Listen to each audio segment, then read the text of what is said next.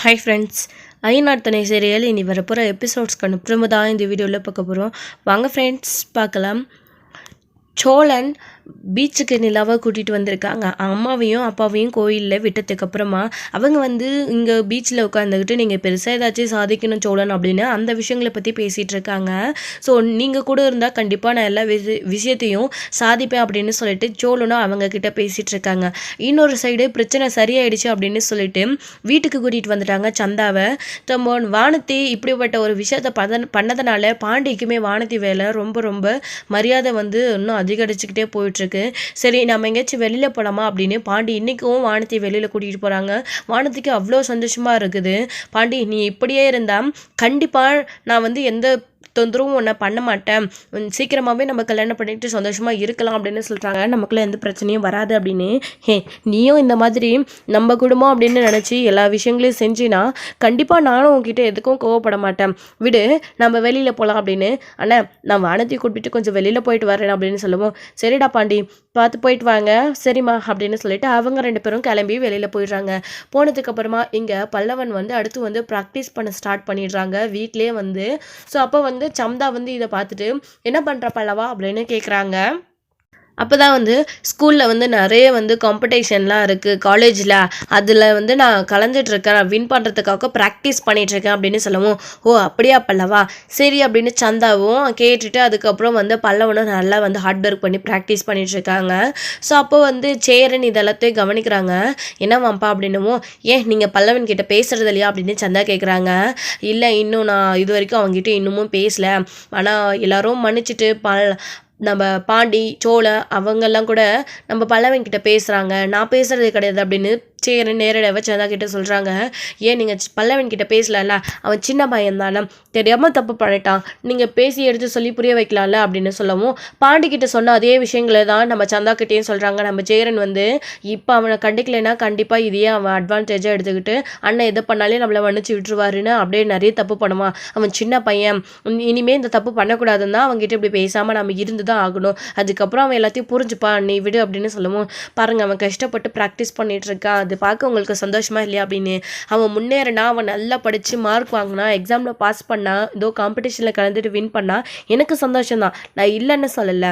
ஆனால் அது எல்லாத்தையும் நான் தூரம் நின்று ரசிக்கிறேன், அந்த கஷ்டத்தை அனுபவிச்சுக்கிட்டே நான் அவனுக்காக சந்தோஷமாக இருக்கேன், நீ விடு அப்படின்னு சேரன் சொல்லவும், சரின்னு சொல்லிட்டு சந்தாவும் விட்டுட்டாங்க. ஒரு விதத்தில் சேரன் சொல்கிறதும் சரிதான் அப்படின்னு சொல்லிட்டு. ஸோ இது ஒரு பக்கம் இருக்கா. இன்னொரு பக்கம் அங்கே பீச்சில் அவங்க உட்காந்து அப்படி பேசிகிட்டு இருக்கவும், எனக்காக நீங்கள் என்ன வேணாலும் பண்ணுவீங்களா, நான் கேட்டால் என்ன வேணாலும் செய்வீங்களா அப்படின்னு சோழன் கேட்கும்போது நிலா கிட்ட, கண்டிப்பாக சொல்லணும், உங்களுக்காக நான் ஏதாச்சும் செஞ்சே ஆகணும், எனக்காக நீங்கள் நிறைய பண்ணியிருக்கீங்களா, சொல்லுங்கள் நான் என்ன பண்ணணும் அப்படின்னு கேட்கும்போது, நீங்கள் கூட இருந்தாவே போதும் அப்படின்னு முதல்ல சோழன் கேட்குறாங்க. அதெல்லாம் சரிதான் சோழன், ஆனால் அதையும் தாண்டி உங்களுக்கு ஏதாச்சும் நான் பண்ணணும்ல அப்படின்னு கேட்கும்போது, அப்போ தான் திரும்பவும் சோழன் நீங்கள் எனக்காக நிறைய பண்ணுவீங்க, நான் எதை கேட்டாலும் தருவேன்னு சொல்லியிருக்கீங்க, அதனால் நான் இப்போ உங்ககிட்ட ஒன்று கேட்குறேன், நீங்கள் இதை முடியாதுன்னு மட்டும் சொல்லக்கூடாது அப்படின்னு சோழன் சொல்லவும், சொல்லுங்க அப்படி என்ன சொல்ல போறீங்க, நீங்க ஏதோ வில்லங்கமா கேட்க போறீங்க போல இருக்கு இதுல இருந்தே அப்படின்னு சொல்லிட்டு நிலா கேட்கவும், அப்படியெல்லாம் ஒன்றும் இல்லை, இது உங்களால செய்ய முடியும், நீங்க இதை எனக்காக நீங்க செய்யணும் அப்படின்னு சோழன் கேட்குறாங்க.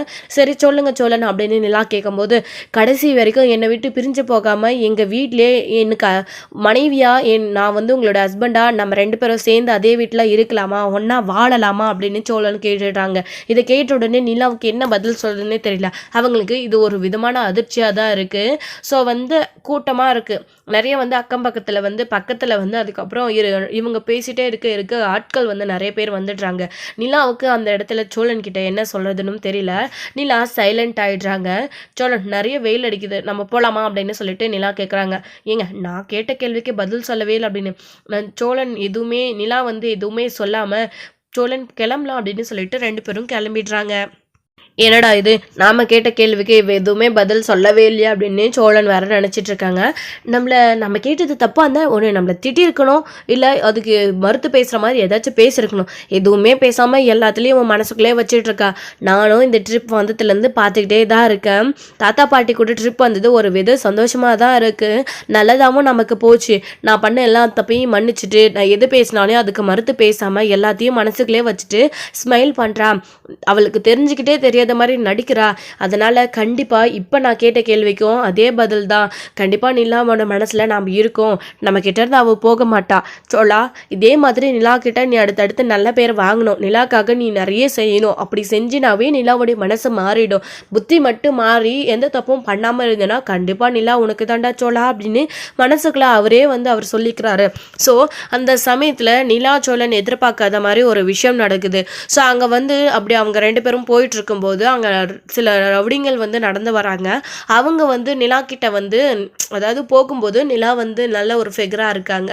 பாரு மச்சான், அந்த பொண்ணு எவ்வளோ அழகாக இருக்குது, நம்ம ஊரில் இப்படிப்பட்ட ஒரு பொண்ணா அப்படின்னு பார்த்துட்டு ஸோ நிலா கிட்ட கிண்டல் பண்ணி பேசவும் செய்கிறாங்க. சோழன் அப்போ இருக்காங்க.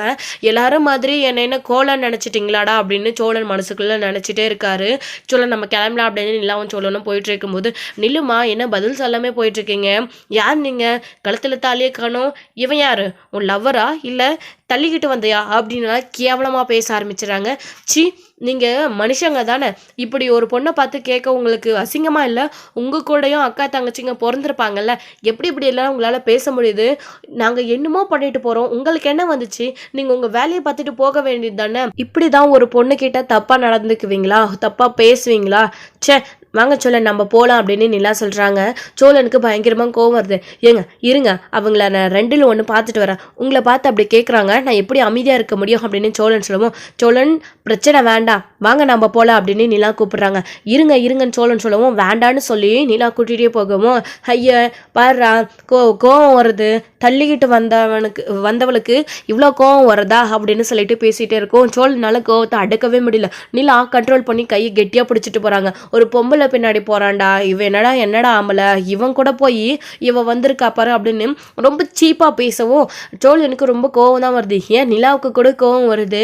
ஏய் இங்க பாரு, மரியாதை கெட்டுட்டோம், இதுக்கு மேல ஏதாச்சும் பேசினா செருப்பு எடுத்து அடிச்சிருவேன், தயவு செஞ்சு இங்க இருந்து போயிடு. இங்க பாரு, அவர் என்னுடைய ஹஸ்பண்ட், தாலி இருந்தாதான் ஹஸ்பண்ட்னு அர்த்தமா, அவர் என்னுடைய புருஷன் அப்படின்னு சொல்லுவோம். இந்த கதையெல்லாம் எங்களை என்ன எங்க காதுல பூ சுத்துறியா, எங்களை நம்ப சொல்றியா?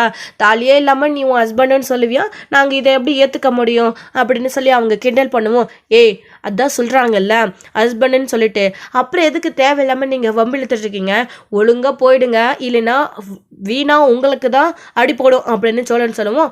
என்னது அடிப்படுமா, என்ன அடிப்பியா நீயே அந்த பொண்ணு கையை பிடிச்சிட்டு பின்னாடி போயிட்டுருக்க, உனக்கு அவ்வளோ தைரியம் இருக்கா, என்னை அடிச்சிடுவியா நீ அப்படின்னு அவங்க திமிரா பேசவும், நிலாக்காக நான் எதையும் செய்ய வேண்டாம் அப்படின்னு ஓங்கி ஒரே குத்து தான். சோழன் அவர் அப்படியே பின்னாடி 4 அடி தள்ளி கீழே போய் தொம்முன்னு விழுந்துடுறாரு. இதெல்லாத்தையும் பார்த்தவங்க திரும்பவும் சோழன் கிட்ட சண்டைக்கு தான் வராங்க.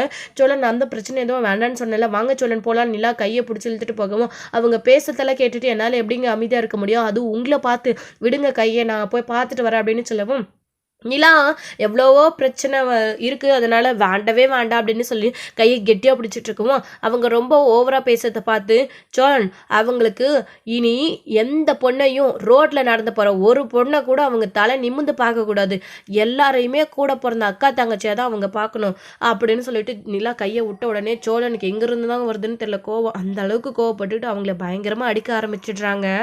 நிலாவும் நல்லா போடுங்க சோழன் அப்படின்னு சொல்லிட்டு தான் நின்றுட்டுருக்காங்க. இந்த மாதிரி ரவுடிங்களுக்கெல்லாம் இந்த அடி தேவைதான் அப்படின்ற மாதிரி நிலா அங்கே நினச்சிட்டு நின்றுட்டு இருக்காங்க. சோழன் சும்மா விடுவாரா, நிலாவை கிண்டல் பண்ணியிருக்காங்க.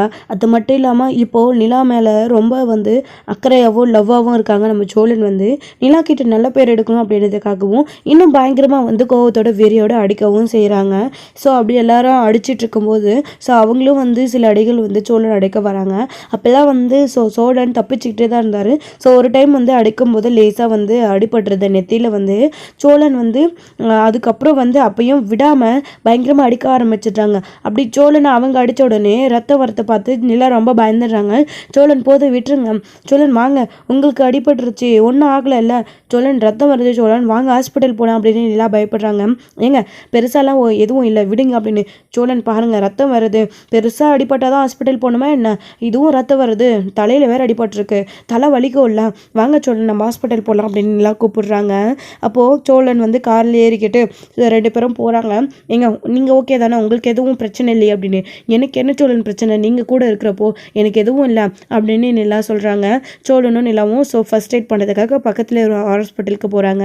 சோழனுக்கு வந்து லைட்டாக வந்து அந்த பிளட்டை வந்து தொடச்சி பேண்டேஜ்லாம் வந்து ஒட்டி விடுறாங்க. அதுக்கப்புறம் வந்து சோழன் இப்போ ஓகே தானே, பரவாயில்ல போகலாமா அப்படின்னு சொல்லும்போது ஓகே தாங்க, இதெல்லாம் பெருசாக அடியே இல்லை, நீங்கள் தான் வந்து இப்படி பெரிய அடின்னு சொல்கிறீங்க அப்படின்னு சொன்னதும், அது எப்படிங்க உங்கள் வீட்டில் யாருக்கு அடிப்பட்டாலும் இதெல்லாம் ஒரு பெரிய விஷயமே இல்லை, பெரிய வழியே இல்லைன்னு சொல்கிறீங்க, அங்கிளும் அப்படி தான் சொல்கிறாரு, நீங்களும் அப்படி தான் சொல்கிறீங்க, எல்லாருமே இதே மாதிரி தான் சொல்கிறீங்க, அண்ணனுக்கு அன்னைக்கு கால் சொல்லிக்கிச்சு, அண்ணனும் அப்படி தான் சொன்னார், எல்லாம் ஒரே மாதிரியே இருக்கீங்க அப்படின்னு நீலா சொல்கிறாங்க. ஏங்க சின்ன காயத்துக்கு எல்லாரும் அப்படிதான் சொல்லுவாங்க. இதெல்லாம் பழக்கப்பட்ட உடம்புங்க, எங்களுக்கு எல்லாருக்கும் பழகி போச்சு. இந்த ஊர்ல எல்லாரும் எங்களை மட்டமா பேசுனதுனாலயோ என்னவோ தெரியல, எங்களுக்கு எல்லாருக்குமே ஏதாச்சும் ஒன்று நடந்தா அது நாங்கள் யாருமே பெரிய விஷயமாவே எடுத்துக்க மாட்டோம். இப்படியே விட்டு எல்லாத்தையும் பழகிடுச்சுங்க, விடுங்க போலாம், அங்க அம்மாவும் அப்பாவும் காத்துட்டு இருப்பாங்க, லேட் ஆயிடுச்சு அப்படின்னு சொல்லிட்டு கிளம்புறாங்க. சரிங்க சோழன் அப்படின்னு சொல்லிட்டு இவங்க 2 பேரும் கிளம்பி போயிட்டு இருக்காங்க. சோழன் அங்க நிலாவை ஒரு வார்த்தை சொன்ன உடனே அந்த பீச்ல நிலா சொன்னதுக்காக அவ்வளோ நேரம் கண்ட்ரோலாக இருந்தவர் நான் ஒரு வார்த்தை சொல்லி கையை விட்ட உடனே அவங்கள அந்த அளவுக்கு அடித்து பொழுந்து கட்டிட்டாரு சோழன். உண்மையிலே கிரேட் தான், எனக்காக இதை செஞ்சாருன்னு நினைக்கும் போது ரொம்ப சந்தோஷமாக இருக்குது அப்படின்னு நான் நினச்சி பார்த்துட்டு உண்மையிலே ரொம்ப தேங்க்ஸ் சோழன் அப்படின்னு சொல்லவும், எதுக்குங்க தேங்க்ஸ் எல்லாம், நீங்கள் என் கூட வந்திருக்கீங்க, உங்களுக்கு ஒரு பிரச்சனைன்னா நான் கேட்க தானே செய்வேன், அவங்க கிடக்குறாங்க, இந்த மாதிரி நிறைய பேர் இருப்பாங்கங்க, இதெல்லாம் நம்ம பெருசாக கண்டுக்க கூடாது, இவங்க அதுக்குன்னே இருக்காங்க, எத்தனை தடவை சொன்னாலும் இவங்க திருந்தாத ஜென்மங்க, நாம் இப்போ அடிச்சிட்டோன்னு உடனே அவங்க தெரிஞ்சிருவாங்களா, இன்னைக்கு நாம இல்லைன்னா நம்ம கிட்ட சண்டை போட்டுட்டு போனால் நாளைக்கு இன்னொருத்தருவங்க இவங்க இதே மாதிரி தாங்க பண்ணிட்டு இருப்பாங்க, இவங்களுக்கெல்லாம் அடைக்கிற அடி கூட அப்போவே அவங்க மறுத்து போயிடும், அந்த மாதிரி ஜென்மங்க இவங்கெல்லாம், விடுங்க வாங்க நம்ம போகலாம், நீங்கள் சேஃபாக இருக்கீங்களா அப்படின்னு சொல்லிட்டு சோழன் கூட்டிகிட்டு போகிறாரு. அங்கே அவங்களே போயிட்டு அங்கே வெயிட் பண்ணிவிட்டு அம்மாவும் அப்பாவும் கரெக்டாக வரவும் ஃபோன் பண்ணி கூட்டிகிட்டு போகலான்னு கூட்டிகிட்டு போடுவோம். காரில் ஏறின உடனே சோழனை பார்த்துட்டு, ஐயோ சோழா என்னப்பா ஆச்சு, தலையில் அடிபட்டிருக்கு, நிலா என்னம்மா அப்படின்னு சொல்லி அவங்க ரொம்ப பதற ஆரம்பிக்கிறாங்க. அம்மா அதெல்லாம் ஒன்றும் இல்லைம்மா, நீங்கள் ஏன் பார்த்துட்டு பாருங்க, அதெல்லாம் ஒன்றும் இல்லை, லேசான காயந்தான், கிளம்பலாமா அப்படின்னு சொல்லி கேட்கவும், என்னப்பா லேசான காயன்னு சொல்லிட்டு தலையில் பேண்டேஜ்லாம் போட்டிருக்க, இந்த அளவுக்கு அடிபட்டிருக்கு, நீ ஏதாச்சும் பிரச்சனையாப்பா, இல்லை என்னம்மா ஆச்சு, நீயும் அமைதியாகவே இருக்க அப்படின்னு சொல்லி கேட்குறாங்க. பீச்சுக்கு போயிட்டு வரேன் தானே 2 பேரும் போயிட்டு வந்தீங்க, அதுக்குள்ளே என்ன ஆச்சு, பீச்சில் ஏதாச்சும் பிரச்சனையா அப்படின்னு கேட்கவும் அவங்க வற்புறுத்தி கேட்டுக்கிட்டே இருக்கவங்க. ஸோ அவங்கள பற்றி தான் தெரியுமே, பதில் சொல்லலைன்னா அமைதியை விட மாட்டாங்க, அதெல்லாம் ஒன்றும் இல்லைம்மா, சின்ன ஒரு பிரச்சனை பீச்சில், அதான் சோழன் கடிபட்டுருச்சு அப்படின்னு சொன்னதும், சோழா நீ ஏப்பா பிரச்சனைக்கு எல்லாம் போனேன், பேசாமல் ஒதுங்கி வர வேண்டியது தானே, உன் பாட்டுக்கு நிலாவை கூப்பிட்டு நிலா கூட போயிருக்க, தேவையில்லாமல் எதுக்கு சண்டை அப்படின்னு சொல்கிறாங்க அந்த பாட்டி வந்துட்டு. பிரச்சனையே அவங்களுக்கு தானமா வந்துச்சு, அதை சரி பண்ண போய் தான் இப்படி ஆயிடுச்சு அப்படின்னு சொல்லவும், என்ன சொல்கிற சோழா அப்படின்னு. ஆமாம்மா, அங்கே 2-3 பொறுக்கி பசங்க கிண்டல் பண்ணாங்க என்னை பார்த்து, அதான் சோழன் கோவப்பட்டு அடைக்க போனாங்க, அப்போ வந்து இப்படி ஆயிடுச்சு அப்படின்னு சொல்லவும், ஓ அப்படியாப்பா பரவாயில்லையே நிலா உனக்கு எதுவும் ஆகலை இல்லைம்மா அப்படின்னு சொல்லவும், எனக்கு எதுவும் ஆகலைம்மா, சோழன் தான் இருந்தார்ல அப்படின்னு சொல்லவும், உண்மையிலே சோழன் ரொம்ப நல்ல பையன்ப்பா, அடிபட்டிருக்குன்னு சொன்ன உடனே நான் ரொம்ப பயந்து போயிட்டேன், சோழன் கிடைக்க நீ கொடுத்து வச்சிருக்கணும்ப்பா நிலா, உண்மையிலே உனக்கு ஒன்று நான் சோழன் துடிச்சு போறான், நிறைய தடவை நான் பார்த்துருக்கேன், நிலா நீ எப்பயுமே உன் பேச்சே தான் பேசிட்டு இருப்பான், கண்டிப்பா அவன் கிடைக்க நீ கொடுத்து வச்சிருக்கணும், 2 பேரும் சேர்ந்து சந்தோஷமா குழந்தை குட்டிங்களோட லைஃப் லாங் சேர்ந்து ஒன்னா வாழணும், சரிப்பா சோழம் நம்ம கிளம்பலாமா அப்படின்னு சொல்லிட்டு 2 பேரும் கிளம்பி வந்துட்டு இருக்காங்க. அவங்க சொன்னதெல்லாம் நினைச்சு நம்ம சோழன் எதுவும் அப்போ பெருசா கண்டுக்கலனாலையும் நிலா அதை யோசிச்சு பார்க்குறாங்க. உண்மையிலே சோழன் நல்ல பையன்தான், முதல்ல அவரை பற்றி நாம தான் தப்பாக புரிஞ்சுக்கிட்டு கொஞ்சம் கோவப்பட்டோம், அவர் கூட பழக அவருடைய கேரக்டர் அவருடைய குணம் எல்லாமே தெரிஞ்சு போச்சு, இதனால் வந்து கொஞ்சம் அவர் நினச்சி பார்க்கும்போது சந்தோஷமாக தான் இருக்குது, அவர் என் லைஃப்பில் கிடைச்சதுக்கு உண்மையிலே நான் பெரிய வந்து வரம் வாங்கிட்டு வந்திருக்கணும், உண்மையிலே என்னுடைய விதி தலையெழுத்து இதுதான் போல இருக்குது, அவர்கிட்ட நான் வந்து சேரணும் அப்படின்றது இதுதான் விதின்னா அதுபடியே நடக்கட்டுமே, விதியை ஏன் நம்ம மாற்றணும் அப்படின்ற மாதிரி நீலா நினைக்கிறாங்க. அப்படின்னா சோழன் கூட நம்ம சேர்ந்து கிடைச்ச வரைக்கும் ஒன்றா வாழணும்னு விதி இருந்தால் அப்படியே நடக்கட்டுமே, அதை நம்ம ஏன் மாற்றணும்னு நிலா நினைக்கிறாங்க. ஸோ அப்படி வந்து யோசிச்சுட்டு நிலா மனசுக்குள்ளேயே சந்தோஷப்பட்டுக்கிறாங்க. போயிட்டு ரூமில் வந்து சரி சோழன் நீங்கள் படுத்து ரெஸ்ட் எடுங்க அப்படின்னு சொல்கிறாங்க. சோழன் படுக்கலான்னு சொல்லிட்டு பெட் எடுக்கிறாரு. சோழன் பகலில் தானே எதுக்கு அந்த பெட் எடுத்துக்கிட்டே நீங்கள் இதிலே படுங்க அப்படின்னு. இல்லைங்க நீங்கள் இருக்கீங்க அப்படின்னு. நான் இருந்தால் அப்படியே பெட் ஃபுல்லாக நானே உட்காந்துக்க போகிறேன். நான் உட்காந்து டிவி தான் பார்த்துட்ருக்கேன். நீங்கள் படுத்து தூங்குங்க சோழன் அப்படின்னு சொல்லவும் சோழன் இந்த சைடு படுத்துக்கிறாரு. நிலா உட்காந்து இன்னொரு சைடு டிவி பார்த்துட்டு இருக்காங்க. அவங்களும் வந்து பாட்டியும் தாத்தாவும் கூட கொஞ்சம் ரெஸ்ட் எடுத்துட்டு இருக்காங்க. சோழன் அப்படி தூங்கும்போது கூட நிலா சோழனை பார்த்து ரசிக்கிறாங்க. சோழன் வந்து ஸோ டயர்டாக வண்டி ஓட்டிக்கிட்டே இருக்கிறதுனாலையும் அவருக்கு அடிபட்டிருக்கிறதுனாலையும் இன்ஜெக்ஷன் போட்டிருக்காங்க. அதனால் வந்து சோழன் வந்து தூங்கிடுறாங்க. ஸோ இன்ஃபெக்ஷன் ஆகிடக்கூடாதுன்றதுக்காக இன்ஜெக்ஷன் போட்டதுனால ஸோ மயக்கத்தில் நல்லா வந்து சோழன் தூங்கி கொஞ்சம் நேரம் ரெஸ்ட் எடுக்கிறாரு. ஸோ இன்னொரு சைடு இங்கே வானத்தியும் நம்ம பாண்டியும் ரொம்பவே சந்தோஷமாக வெளியிலலாம் வந்து சுற்றிட்டு இருக்காங்க. சேரன் சந்தா மட்டும் வீட்டில் இருக்காங்க. அப்போ சேரன் வீட்டில் எல்லா வேலையும் செஞ்சிட்ருக்காரா. சந்தா நானும் உங்களுக்கு கூட ஹெல்ப் பண்ணுறேன், நீங்களே எல்லாத்தையும் தனியாக எப்படி செய்வீங்கன்னு அவங்களும் கூட ஹெல்ப் பண்ணிட்டு இருக்காங்க.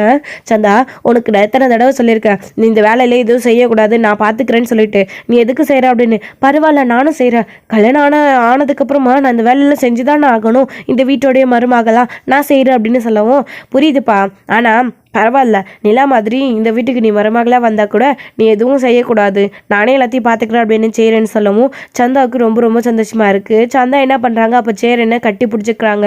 இந்த அளவுக்கு ஒரு அன்பான புருஷன் கிடைக்க நம்ம கொடுத்து வச்சிருக்கணும் அப்படின்னு ஹக் பண்ணிக்கிறாங்க. சேரனுமே ரொம்ப சந்தோஷப்படுறாங்க. சந்தா வீட்டில் பல்லவன் இருக்காப்பா அப்படின்னு. பல்லவன் வெளியே ப்ராக்டிஸ் பண்ணிட்டு இருக்கான் அப்படின்னு சொல்லிட்டு சந்தாவும் சேரனை கட்டி பிடிச்சிட்டு இருக்காங்க. நம்ம சேரன் கூட ஸோ அப்படியே சந்தாவை சேர்த்து ஹக் பண்ணிக்கிறாங்க. அப்படியே அவங்க ரெண்டு பேரும் ஜாலியாக வந்து துணி துவைக்கிட்டு அந்த நுரையிலெல்லாம் விளையாடிக்கிட்டு ரொம்பவே சந்தோஷமாக இருக்காங்க. ஸோ இதோட இந்த எபிசோட் வந்து முடிச்சிருக்காங்க. அடுத்த எபிசோடில் என்ன நடக்க போகுது அப்படின்றத வெயிட் பண்ணி நெக்ஸ்ட் டேல பார்க்கலாம். Friends thank you. இந்த வீடியோ உங்களுக்கு பிடிச்சிருந்தா லைக் பண்ணுங்கள், ஷேர் பண்ணுங்கள், கமெண்ட் பண்ணுங்கள், மறக்காமல் பெல் ஐகானை கிளிக் பண்ணி வச்சுக்கோங்க.